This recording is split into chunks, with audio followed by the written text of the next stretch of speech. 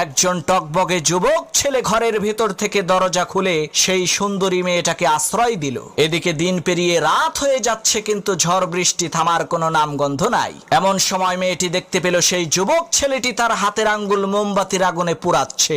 এই দৃশ্য দেখে মেয়েটি প্রচন্ড পরিমাণে আশ্চর্য হয়ে বলতে লাগলো, হায় হায় সর্বনাশ, এটা কি মানুষ নাকি অন্য কিছু? পরের দিন সেই মেয়েটি বাড়িতে যেয়ে তার বাবার কাছে সব ঘটনা খুলে বলল, কাল রাতে তার সাথে কি কি হয়েছিল। তখন সেই মেয়েটির পিতা সেই ছেলেটিকে এসে জিজ্ঞেস করলো, বাবা, গতকাল রাতে মোমবাতির আগুনে তোমার হাতের আঙ্গুল পুড়িয়েছো কেন?